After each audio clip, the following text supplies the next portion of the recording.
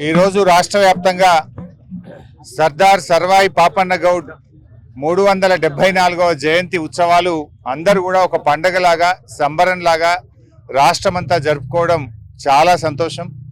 375 సంవత్సరాల క్రితమే కులం మతం జాతి విభేదాలు లేకుండా ఒక సమాజ స్థాపన కోసం కృషి చేసినటువంటి మహాయోధుడు సర్దార్ సర్వాయి పాపన్న గౌడ్.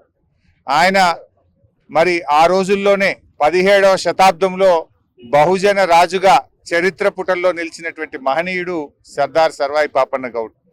ఈరోజు మా గౌడన్నలందరూ కూడా సర్దార్ సర్వాయి పాపన్న మరి ఆయన యొక్క పోరాట స్ఫూర్తి, ఆ రోజుల్లో ఆయన ఈ సంఘం యొక్క గౌరవాన్ని పెంచడానికి చేసినటువంటి కృషిని గుర్తు చేసుకుంటూ రాష్ట్ర వ్యాప్తంగా కూడా ఒక పండగలాగా ఈ కార్యక్రమాన్ని జరుపుకోవడం జరుగుతూ ఉంది.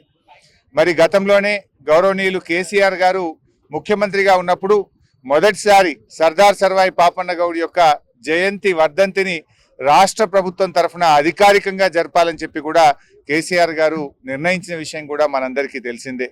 మరి ముఖ్యంగా కేసీఆర్ గారు ప్రభుత్వం మన గీత కార్మికులకు చెట్టు పన్నులు రద్దు చేస్తూ సొసైటీలను పునరుద్ధరిస్తూ 15% వైన్ షాపుల్లో కూడా రిజర్వేషన్ను కల్పిస్తూ అనేక కార్యక్రమాలు మన గౌడ్స్ యొక్క సంక్షేమం కోసం కృషి చేశారు.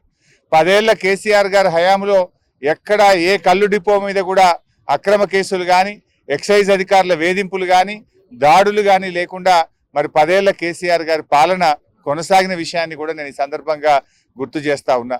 పెద్ద ఎత్తున ఈత వనాలను మరి పెంచే కార్యక్రమాన్ని కూడా గతంలో బీఆర్ఎస్ ప్రభుత్వం చేపట్టిన విషయం కూడా మనందరికీ తెలిసిందే. గీత కార్మికులు ఉన్నటువంటి దురదృష్టవశాత్తు ఏదైనా చెట్టు మీద నుంచి పడిపోయి అంగవైకల్యం కలిగినా మరణించినా కూడా వారి ఎక్స్గ్రేషియాను 6 లక్షల రూపాయలకు కూడా గతంలో కేసీఆర్ గారు పెంచిన విషయం కూడా మనందరికీ తెలుసు. మరి దురదృష్టవశాత్తు ఇప్పుడున్నటువంటి ప్రభుత్వం ఎక్కువగా కళ్ళు డిపోల మీద దాడులు చేస్తూ అక్రమ కేసులు పెడుతూ గీత కార్మికుల్ని వేధించడం నిజంగా దురదృష్టకరం, బాధకరం. తక్షణమే ఎక్సైజ్ అధికారులు ఈ దాడులు వేధింపులు ఈ అక్రమ కేసులు బనాయించడాన్ని మానుకోవాలని చెప్పి కూడా నేను ఈ సందర్భంగా కోరుకుంటున్నాను. అసలైన తొలి వెలుగు.